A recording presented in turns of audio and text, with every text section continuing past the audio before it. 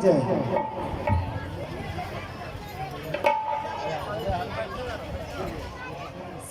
सद्गुरु महाराज की जय। श्री सद्गुरु महाराज की जय।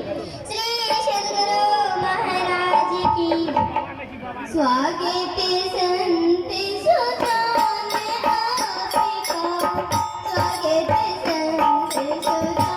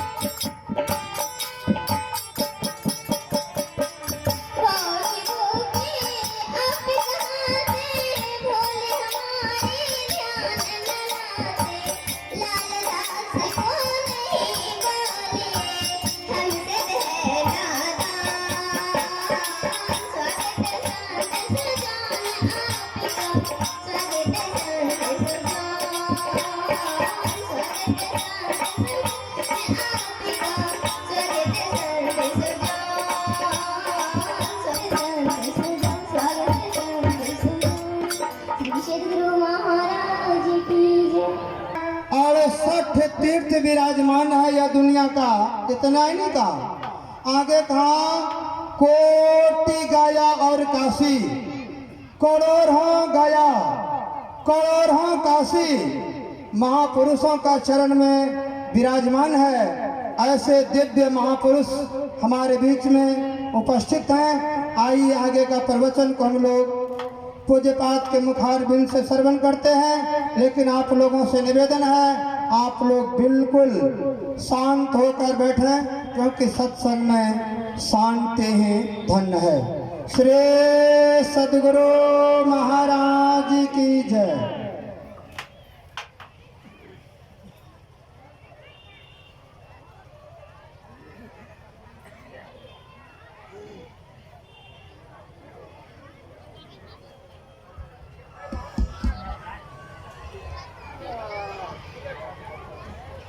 मंगल मूर्ति सतगुरु मिलवै सर्वाधार, मंगलमय मंगल करन बिनवाऊं बारंबार। ज्ञान उदधि अरु ज्ञान घन सतगुरु शंकर रूप, नमो नमो बहुवार सकल सुपूजन भू। बंदा गुरुपद कंज कृपा सिंधु नर रूप हरि, महामोहतम पुंज जासु वचन रवि कर निकर। धन्य धन्य सतगुरु सुखदा, महिमा कही न जाए। जो कछु कहाँ तुम्हारी कृपा, मौतें कछु न बसे। बोलिए प्रेम से सद्गुरु महाराज की जय। वंदनीय साधु समाज, परमादरणीय सज्जन वृंद, सत्संग में पधारे पवित्र आत्माओं, परमाराध परम पूज्य श्री सद्गुरु महाराज जी ने इस ज्ञान का प्रचार बड़ी कष्ट से किया है और बड़े धैर्य से उन्होंने इस ज्ञान का प्रचार किया है। कभी कभी गुरु महाराज जी कहते थे कि अपनी शक्ति लगा करके भी करना पड़ता है, और आप लोग पढ़ते हैं पदावली में ये भजन करने वाले को जीवन कैसा बिताना चाहिए। तो गुरु महाराज जी लिख कर चले गए कि जीवन बिताओ स्वावलंबी, धर्म भारे फोरी कर। संतों की आज्ञा है ये नहीं, माथ धर छल छोरी कर। स्वावलंबी बन करके भजन कीजिए तो मनुष्य शरीर की सार्थकता अवश्य होगी। आप लोग बड़े पुण्यात्मा हैं, आप लोग धन्य हैं कि गुरु महाराज जी के ज्ञान को आप लोगों ने उतारा है कि यह मनुष्य शरीर किस लिए मिला है। अगर ये आप नहीं समझते, यह इतनी बड़ी भीड़ कदापि नहीं होती। श्री सद्गुरु महाराज की जय। आप लोगों की यह उमड़ती भीड़ देखकर मेरा मन करुणा से भर जाता है कि यदि मालिक का अवतार इस धरातल पर नहीं होता और वे अपने को दुखों से छुड़ा करके हम लोगों को रास्ता नहीं बताते, ये जो हमारी आपके मिलन या ये मजमा देख रहे हैं कि कदापि नहीं होता। श्री सद्गुरु महाराज की जय। यदि यह भीड़ है उन्हीं की कृपा है। 20 बीघा खेत सोनामुखी में गुरु महाराज जी को था। बभन गामा में जमीन गुरु महाराज जी का था। सैदाबाद आपके बगल में है, यहाँ पर जमीन था। गुरु महाराज जी समय समय पर खेती करवा देते थे और गुरु महाराज जी के जो शिष्य लोग भक्त लोग थे अन्न उपजा करके आश्रम में पहुंचा देते थे। गुरु महाराज जी अपने भोजन करते थे, भक्तों को खिलाते हुए ये ज्ञान का प्रचार करते थे। आपका यह क्षेत्र है लक्षण बाबा धान कटवा कर चावल कुटवा कर आश्रम पहुंचा देते थे। गुरु महाराज समय समय पर आते थे। जिस समय खेती लगवाना रहता था तो गुरु महाराज जी आके खेती लगवा देते थे।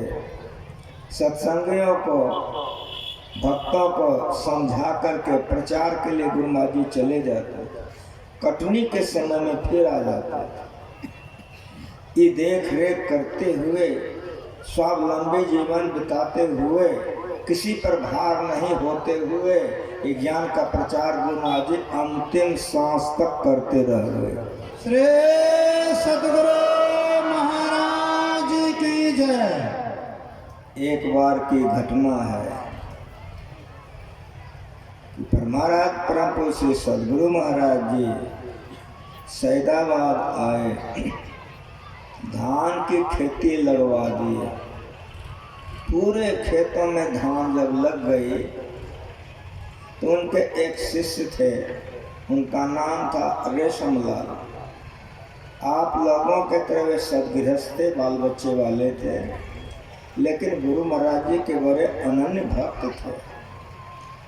गुरु महाराज जी ने कहा रेशम का जी गुरुदेव का धान तो लग गया का जी का अब मैं प्रचार के लिए जाता हूँ, तुम देख रेख करते रहना का जी सरकार। गुरु महाराज प्रचार में चले गए, ज्ञान के प्रचार। रेशम लाल जी सभी खेतों का निगरानी करने लग गए। जहाँ जो उसको देना चाहिए जल दवाई ये सब वे देते रहे। धान बढ़ कर के फूट गया। खेती बड़ी अच्छी थी। धान फूटने के बाद उसका मन बड़ा खुश था कि गुरु महाराज जी का धान बहुत सुंदर इस बार हुआ। लेकिन ऊपर गया बीमार, रेशम लाल बीमार पड़ गया। उनके लड़के, उनकी धर्मपत्नी रेशम लाल जी का उपचार करना प्रारंभ कर दिया। दवाई देते गए, उपचार होते गया, लेकिन बीमारी बढ़ते गई। परिणाम क्या हुआ? परिणाम यह हुआ, एक दिन रेशम लाल जी का शरीर छूट गया। जब उसका शरीर छूट गया, बच्चे लोगों का कोलाहल और उरुलाई सुनकर समाज के लोग दौड़ गए। जब सारे समाज के लोग आए, देखा कि रेशम लाल का शरीर छूट गया, तो सब कोई हाहाकार मचाने लग गए कि बड़ा अनर्थ हो गया,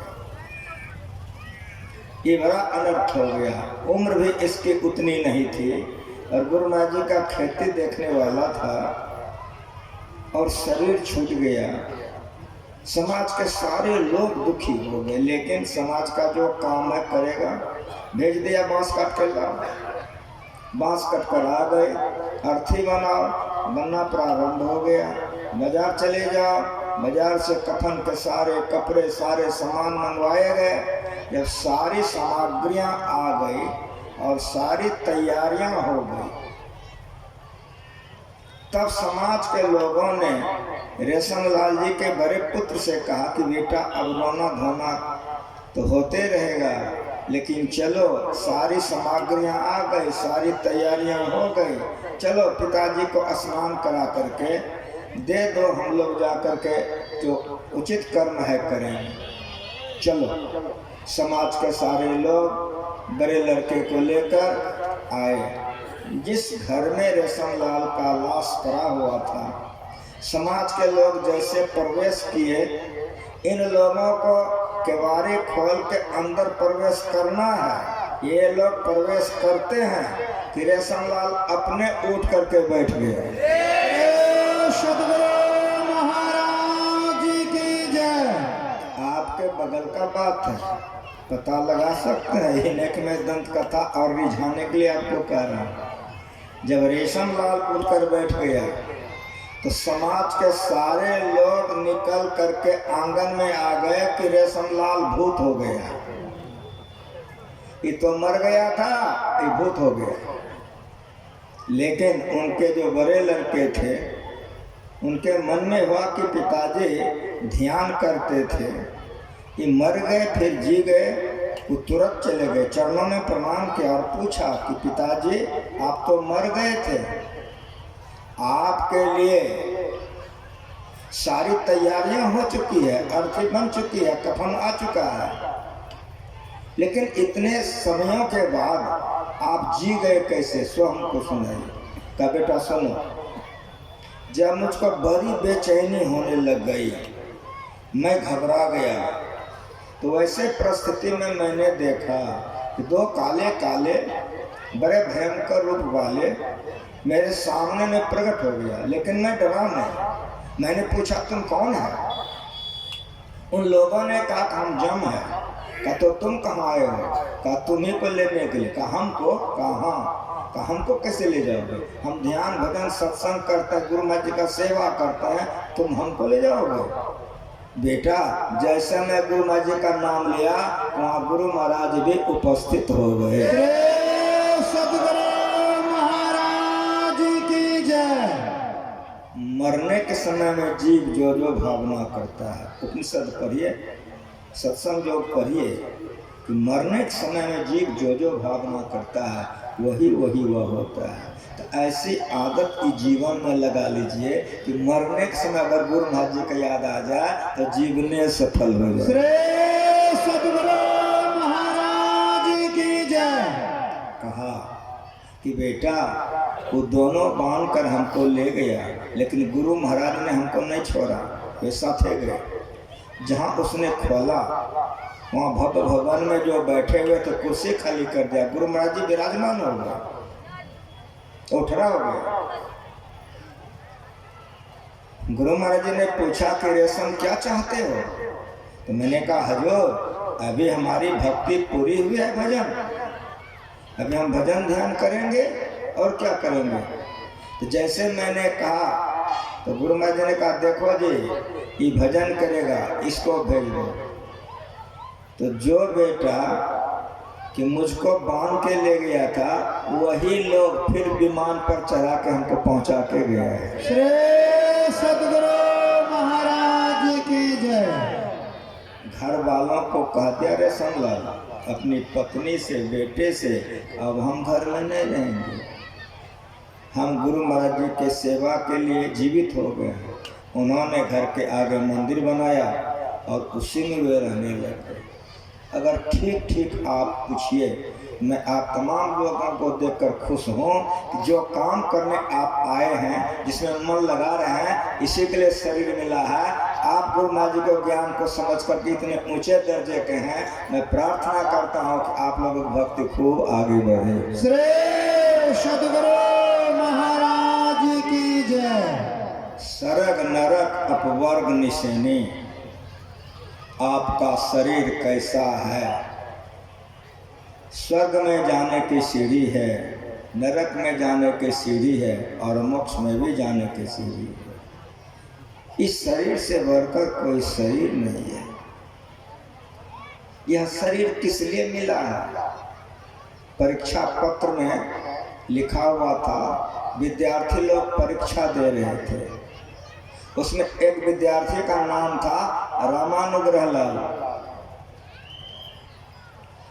उस परीक्षा में एक विद्यार्थी का नाम था रामानुग्रह लाल, वो भी परीक्षा दे रहे थे। उन्होंने लिख दिया कि यह शरीर किस लिए मिला। आपके बगल में पूर्णिया है, बहुत दूर नहीं है, पूर्णिया की बात है। और जहाँ उन्होंने परीक्षा में ये बातें लिखी थी वहाँ भव्य भवन बन रहा है अभी। उसमें उन्होंने सारी बातें कागज में जितना स्थान था, इस शरीर किस लिए मिला है, रामानुग्रह ने लिख दिया। और जब बिल्कुल थोड़ा सा जगह बच गया, उन्होंने लिखा कि देह धरे का फल है भाई, ये रामायण की चौपाई है। देह धरे का फल है भाई क्या, तो भजिए राम सब काम बिहाई। तमाम कामों का त्याग करके भगवान का भजन करना चाहिए। उसी जगह रामानुग्रह लाल ने किरण रख दे और सदा के लिए संसार का परित्याग करके स्कूल से निकल गए। श्री सद्गुरु महाराज की जय। गुरु महाराज जी ने कहा, सुनो जी, जब हम स्कूल से निकल गए तो जो ही कोई मिल जाता था, हमको जो कुछ करने के लिए बतलाता था वही हम करने लगते थे, लेकिन हम जैसा चाहते थे वैसा नहीं होता था। तो एकांत में बैठकर हम रोते थे कि ये धरती पर कोई रास्ता बतलाने वाला नहीं है। मैं बहुत रोता था, लेकिन मेरी बात सुनो, जब बाबा साहब से मेरी मुलाकात हुई, उनके द्वारा जब मुझको ज्ञान मिला, तब जब मैं करने लग गया तो मेरे मन में कुछ कुछ शांति लगने लग गई। एक बार बाबा साहब ने मुझसे पूछा कि लाला कैसा देखते हो। गुरु महाराज जाति के कायस्थ थे तो प्यार से बाबा साहब लाला कहते थे। कैसा देखते हो तो कहा, हजूर धुंधला देखता हूँ। तो बाबा साहब ने कहा कि बहुत खुश हूँ, धुंधला देखने लग गए, अब साफ साफ भी देखो। श्री सद्गुरु महाराज की जय। अपवर्ग निसेने, अगर इस सीढ़ी पर रामानुग्रह लाल नहीं चढ़ते तो महर्षि मही परमहंस जी महाराज नहीं बनते।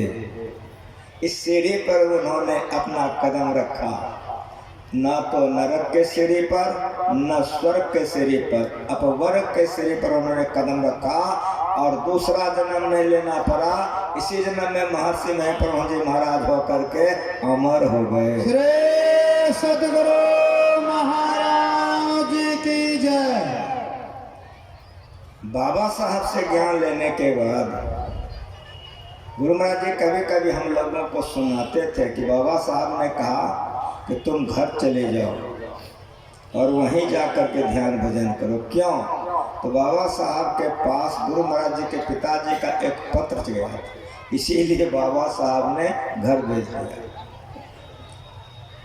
परम पुरुष श्री सद्गुरु महाराज जी का जो पिताजी थे वे जमीन वाले थे। उनके दरवाजे पर 2 ठेक था। ठेक उसको कहते हैं जिसमें सैकड़ों मन गल्ले अटते हैं। ये देहात है। ठेक शब्द आप लोग बूझते हैं, कोई बखारी का था आदि आदि। तो गुरु महाराज जी जब आए लौट करके, तो गुरु महाराज जी के पिताजी परिवार के लोग बड़े खुश हो गए। आप लोग सब गृहस्थ हैं, गया हुआ लड़का लौट आवे, कितना डांस कीजिएगा आप लोग, गदगद हो जाइएगा कि नहीं। पिताजी बड़े खुश हो गए। उस ठेक में बैठ करके गुरु महाराज जी ध्यान करते थे। एक ठेक में अनाज भरा हुआ था, एक ठेक खाली था। उसी में गुरु महाराज जी बैठ करके ध्यान करते थे। भजिए राम सब काम बिहाई। तमाम कामनाओं को त्याग करके भजन कीजिए, लेकिन गुरु से सीख करके, मनमाने नहीं। गांव के कबीर पंथ के लोग, रामानंदी लोग, उस समय आपका संत मत का प्रचार नहीं था, इसीलिए रामानंदी लोग, कबीर पंथी साधु लोग गुरु महाराज से मिलने आते थे, जो कि अभी वे रामानुग्रह लाल कहला रहे हैं। जब वे लोग आकर गुरु महाराज जी के ज्ञान को सुनते थे तो बूढ़े बुजुर्गों का होश उड़ जाता था। गांव में जब ये प्रचार हो गया कि बहुत सुंदर ज्ञान रामानुग्रह सुनाता है, तो बहुत लोग आने लग गए। परिणाम क्या हो गया? वो ठेक में अटने नहीं लग गए। वहाँ के एक साहू परिवार के लोग थे, धनवान थे, उन्होंने जमीन दे दिया कि हम जमीन दे देते हैं, इसमें सत्संग के लिए एक मंदिर बना लिया जाए, यहीं बैठ के हम लोग करेंगे। वही हुआ। जहाँ आप अभी बहुत बड़ा भव्य भवन देख रहे हैं, वहाँ फूस की कुटिया बन गई। उसमें सारे सत्संगी लोग, गया कबीर पंथ और रामानंदी लोग, सारे और कुछ समाज के लोग गुरु महाराज जी के ज्ञान को सुनने आते थे। लेकिन गुरु महाराज जी वहाँ ध्यान नहीं करते। उस जमीन के कुछ दूरी पर जाकर जमीन के नीचे में उन्होंने कुआं कोरा और कुइया में बैठ के गुरु महाराज जी ध्यान करते थे। इस शरीर किस लिए मिला है पाठ हो चुका है और हमारे सारे साथियों से सुन चुके हैं। कुइया में बैठ करके गुरु महाराज जी ध्यान करते थे। महीनों जो कुइया में बैठे तो गुरु महाराज जी का शरीर हो गया पीला।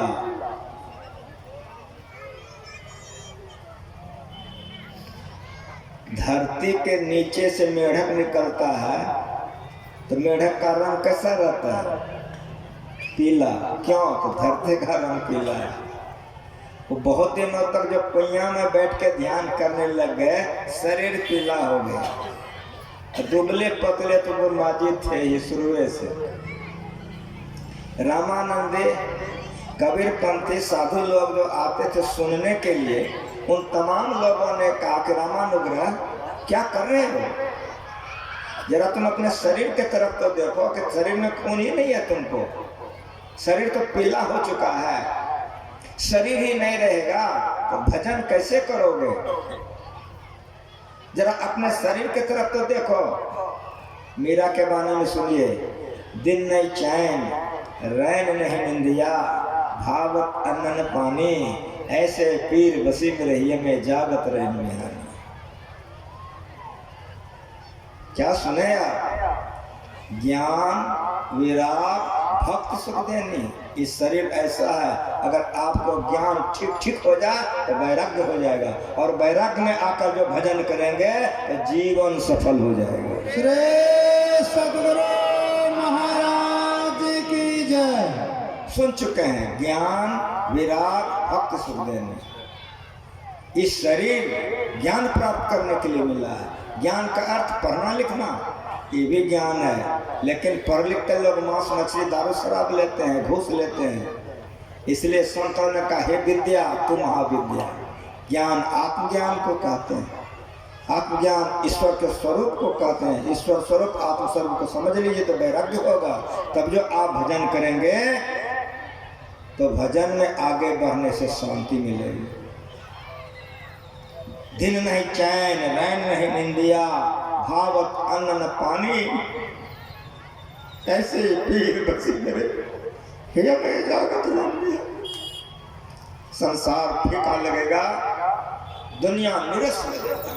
जोगियों को दुनिया निरस लगता है, भोगियों को दुनिया रस युक्त लगता है। जिससे कि दुर्गति में जाता है उस सदगति में जाता है। मीन मरे जैसे बिनु नीरा, संत कबीर साहब।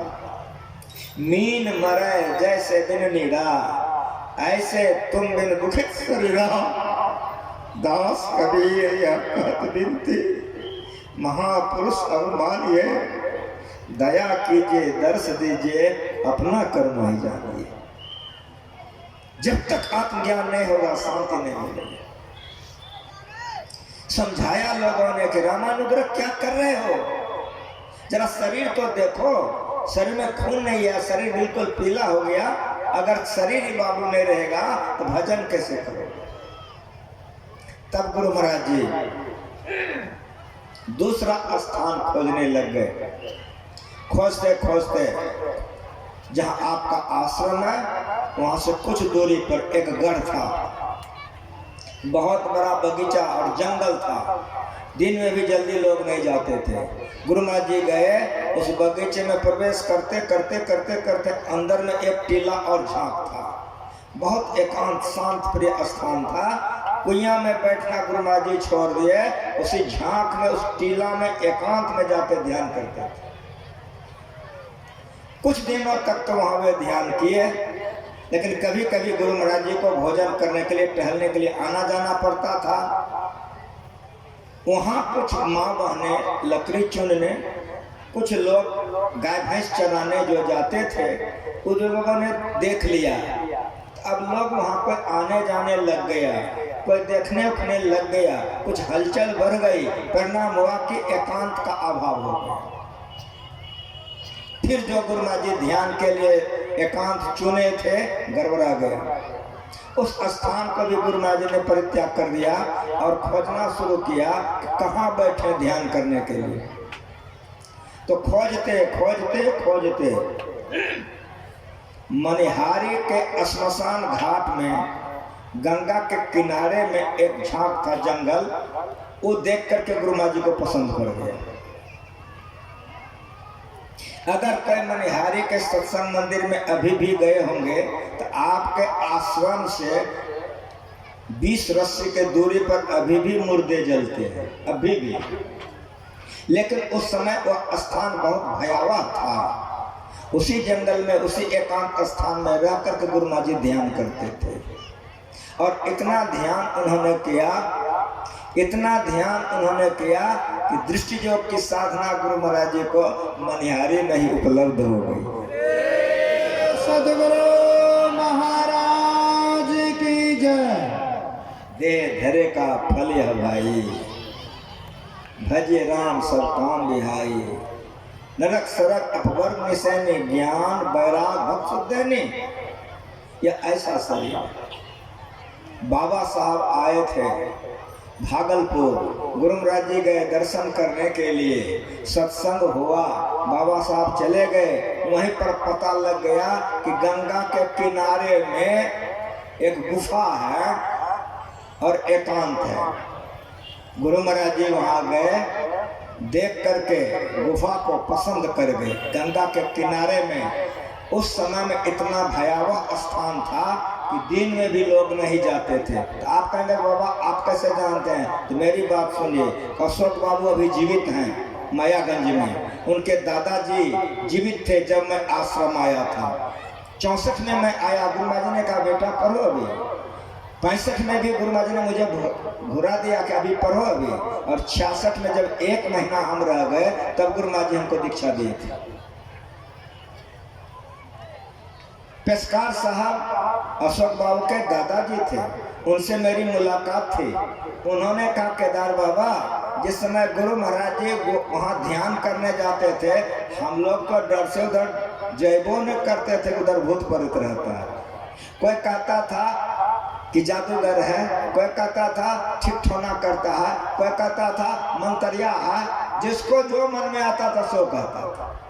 लेकिन मैं गुरु महाराज जी को समझ गया था कि वैरागी हैं, तो मैं बहुत सेवा करता था। मैं समय समय पर गुरु महाराज जी का सेवा करता था। गुरु महाराज जी उस स्थान की सफाई की और मेरी बात को सुनिए कि 18 महीने तक इतना ध्यान गुरु महाराज जी ने किया कि मनुष्य शरीर पाने का जो परम फल होना चाहिए वह प्रकाश तो मनिहारी में हो गया था। शब्द को प्राप्त करके, जड़ मंडल को पार करके, चेतन में जाकर परमात्मा का दर्शन करके महर्षि महे परमहंस जी महाराज हो गए। श्री सद्गुरु महाराज की जय। इस ज्ञान को प्राप्त करके, इस ज्ञान को प्राप्त करके गुरु महाराज जी सब जगह बांटते रह गए जीवन भर। लेकिन मेरी बात सुनिए कि धीरे धीरे जब लोगों को पता लग गया कि गुरु महाराज जी को यहाँ सिद्धि प्राप्त हुई है, तो आश्रम बनना प्रारंभ हो गया। पहले तो फूस की कुटिया बनी, फिर झोपड़ी बना, उसके बाद फिर रहने के लिए गुरु महाराज जी का एक रूम बना और होते होते अभी देखिए भवन बन रहा है। जिस समय में गुरु महाराज जी वहाँ रहते थे, एक बार की ऐसी बात है कि पेशकार साहब को 2 लड़के थे, अर्थात अशोक बाबू 2 भाई थे। अशोक बाबू के सारे परिवार, उनकी माँ, पिताजी, अशोक बाबू, उनकी धर्मपत्नी, सब के सब दीक्षा ले लिए, गुरु महाराज जी के शिष्य बन गए। अशोक बाबू 2 भाई थे, एक भाई का शरीर छूट गया, अशोक बाबू अकेले रह गए। सब कोई सत्संग में बराबर आते जाते थे। उनके पिताजी भी, माँ भी, उनकी धर्मपत्नी आदि आते जाते रहते थे। एक बार अशोक बाबू बहुत बीमार पड़ गए। जब बीमार बहुत पड़ गए तो उनके परिवार के लोगों ने इलाज करना प्रारंभ कर दिया। बहुत इलाज हुई, डॉक्टर आते जाते रहे, लेकिन बड़ा समस्या हो गया। एक दिन कई डॉक्टर आए, अशोक बाबू की गंभीर स्थिति को देख करके साफ साफ शब्दों में कह दिया उनकी माँ को, उनके पिता को, कि इनकी स्थिति बड़ी गंभीर है। हम लोग तो दवाई दे सकते हैं, लेकिन दवाई पर भरोसा नहीं है। आप लोगों का जो देवी देवता है मनाइए, हम लोग दवाई न देंगे। उनकी माँ जैसे सुनी कि तुरंत घर से निकल गई, चली आई कुपा घाट आश्रम।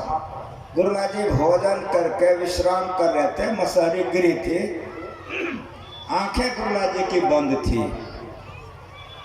अशोक बाबू की माँ आई, चौकट पर सीधे माथा ठोक दी कि हजूर, 2 लड़का था, एक को मर गया, एक को जीवित है। अगर ये मर जाएगा हम रहने कैसे? यदि अशोक मर गया तो माथा ठोक के यहीं मर जाएंगे। कभी इतना हम सेवा किए, कुछ मांगो किए हैं, हमारे चौकट में ठहर संशयवा भाग गए। भगीरथ बाबा जितने वहाँ हम लोग थे सब हट गए। क्यों? तो मालूम हो गया था अशोक बाबू को जवाब दे दिया है। तो ऐसी माँ को कौन समझाएगा? सब हट गए और रो रही है, एकदम चिल्ला रही है, हमारे माथा चौकट में ठहर। जब गुरु महाराज जी करवट बदले, चिल्लाने का आवाज सुने, गुरु महाराज ने कौन है? सबसे बात दौड़ गए, कौन रो रहा है? कहा हजूर, पेशकार साहब की बहू। पेशकार साहब का नाम सुनते गुरु महाराज ने कहा हमको उठा के बैठाइए। तुरंत संसेवा गुरु महाराज जी को उठा के बैठा दिए। कहा कहाँ है वो? बाहर में थे। संसेवा दौड़ गए कि जल्दी आओ, काम बन गया तुम्हारा। आकर के रोने लगी। गुरु महाराज जी से संसेवा ने कहा हजूर, पेशकार साहब की फोटो सामने में है। अशोक बाबू 2 भाई थे, एक भाई का तो शरीर पहले छूट चुका है। अशोक बाबू ज़्यादा बीमार हैं, डॉक्टर लोगों ने जवाब दे दिया है, इसीलिए ये रो रही है। जैसे बोले बाबा की रो रही है कि गुरु महाराज जी आंखें बंद की, खोल दिए, का अशोक को कुछ नहीं होगा, कह दो जाने के लिए। श्री सतगुरु महाराज की जय। संसेवा बड़े खुश हो गए। कहा माता जी मत रोइए, अब अशोक को कुछ नहीं हो सकता है, आप बाहर में बैठ जाइए, बाहर में बैठिए। आप बैठ गई, रो रही है।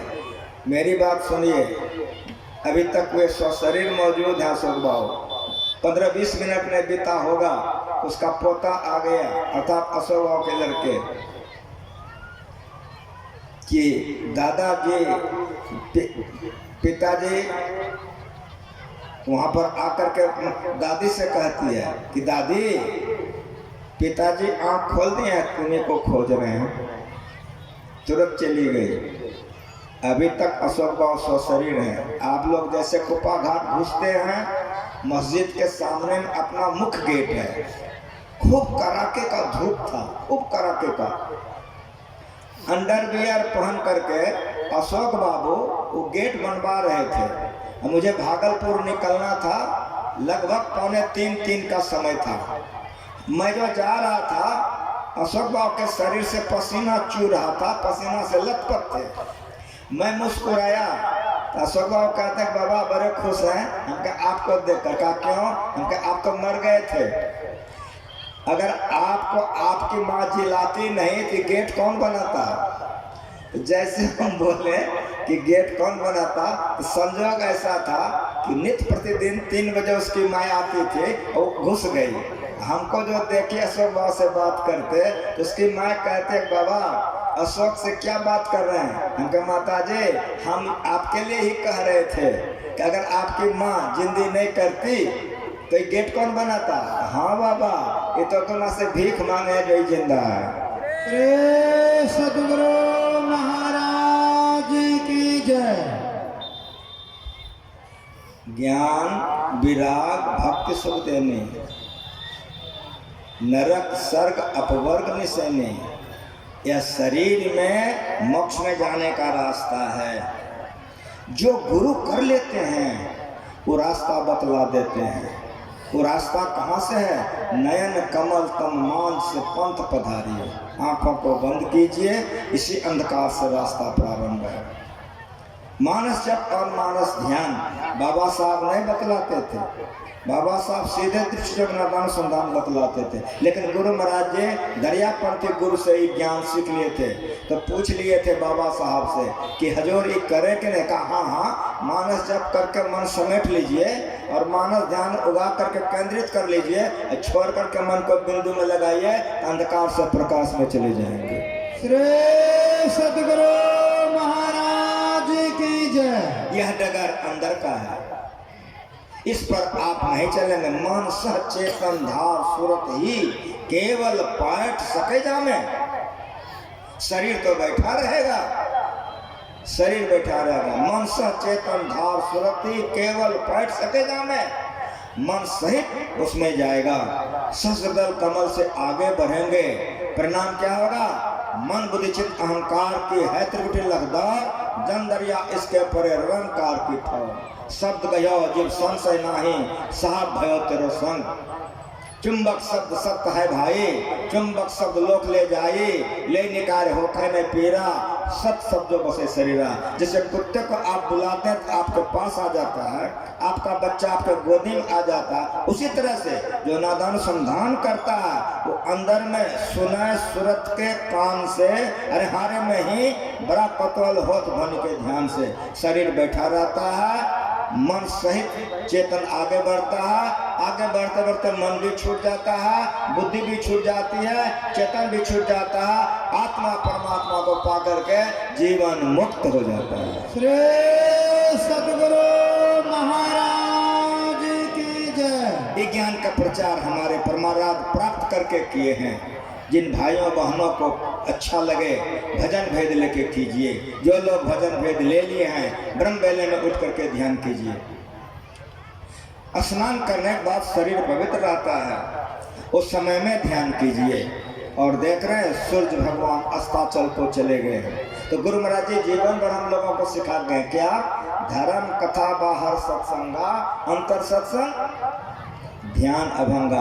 धर्म कथा बाहर सत्संगा का समय समाप्त हो चुका है, तो सत्संग छोड़ देने? नहीं, अभी तो धर्म कथा बाहर सत्संगा बाहर में हम लोग बोल रहे हैं। जो लोग भजन भेद ले लिए हैं अब अलग अलग बैठ करके घोघा तान तान करके बैठ के तरे तर करेंगे। लेकिन इसके पहले हमारे गायक हैं, एक भजन हो जाएगा, फिर आरती हो जाएगी, फिर ध्यान करें। सार कार्य का निर्णय करके धर चेतन धारा पिंड के पारा दसम द्वारे का, ज्योति जग जावे अक्षुत पावे सब सहारे का।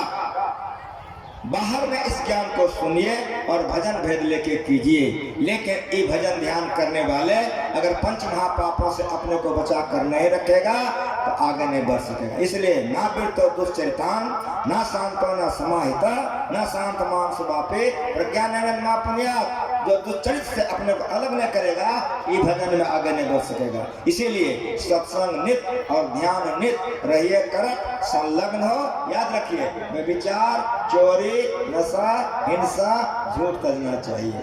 जो निज घट रस चाहो तो अपने को 5 पाप से हरदम खूब बचाओ।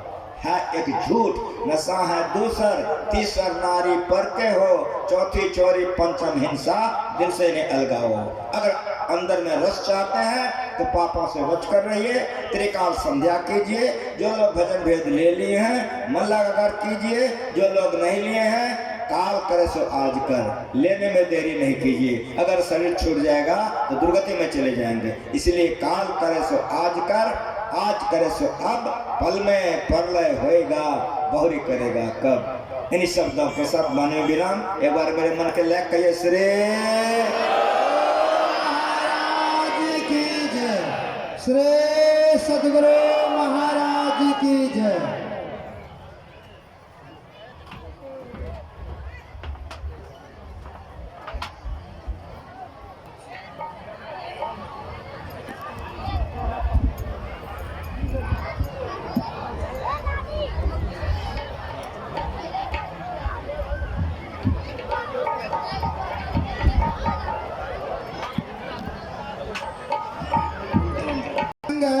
रात्रि कालीन में फिर भी होगा और प्रातः काल कल तो होगा ही। कल प्रातः काल और अपराह्न काल सत्संग के बाद यह कार्यक्रम संपन्न होगा, इसीलिए आप लोग थोड़ा देर शांत रहें। श्री सद्गुरु महाराज की जय। श्री सद्गुरु महाराज की जय। नर्तन सुंदर पाई जगत में, विषय बीज क्यों बोती हो, लख 84 भ्रमे गमाया हो, फिर क्यों पाप पिरोते हो। जिस अमृत में निज धर्म नहीं, उस अमृत से विष पीना भला है।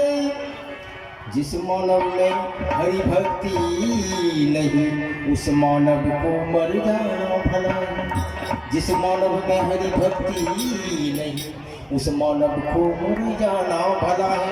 आइए भजन की तरफ समय कम है।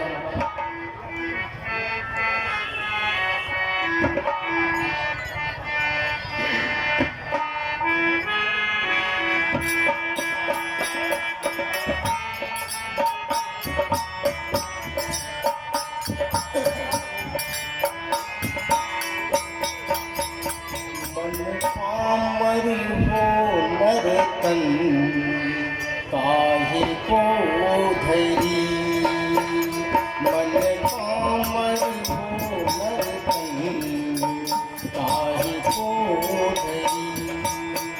मन पामर हो नरतन, काहे को धैरी। छन छन काल अकाल पितापत, भजता नाम ही हरि। छन छन काल अकाल पितापत, छन छन काल अकाल पितापत, भजता नाम ही हरि। मन पामर हो नरतन,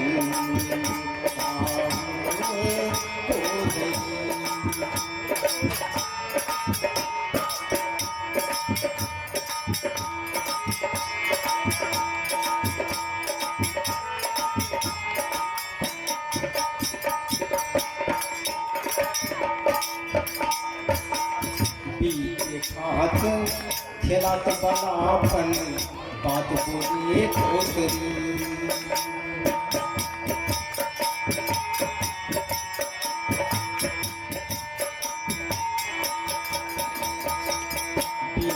हाथ खेलात बनापन, बात बोलिए खोतरी। फिरत लगन तन धूरी लपेटे, फिरत लगन तन धूरी लपेटे। मात पिता चुनरी नरतन, काहे को धैरी। मन काहे हो नरतन, काहे को धैरी।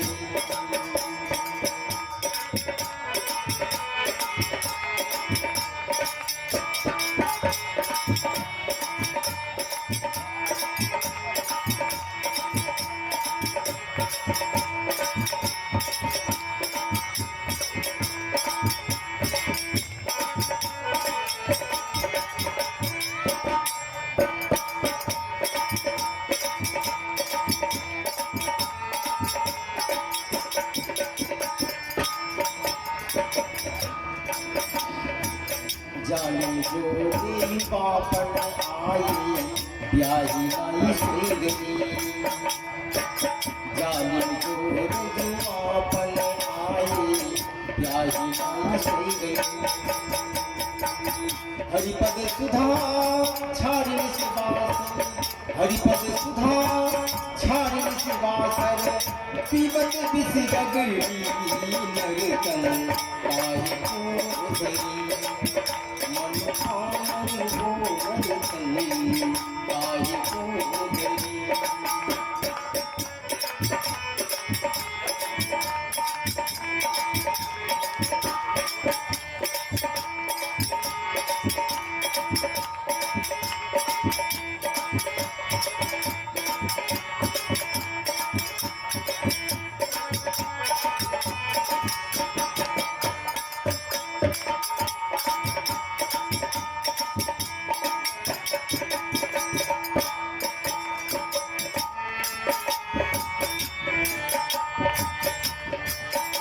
चरण सुन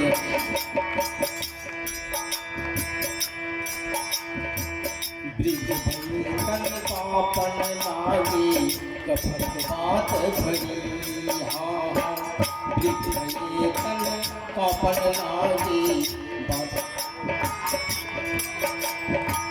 ब्रिज तन पापन लागे कफत बात भरी हाँ लक्ष्मी पति पछी तात सेज पर लक्ष्मी पति पछी तात सेज पर अब हम कार करी नरतन काहे को धरी मन कार हो नरतन काहे को धरी मन कार हो नरतन काहे को धरी नरतन काहे को धरी नरतन काहे को धरी नरतन काहे को धरी श्री सद्गुरु महाराज की जय। आप लोग सूचना में ध्यान देंगे। सूचना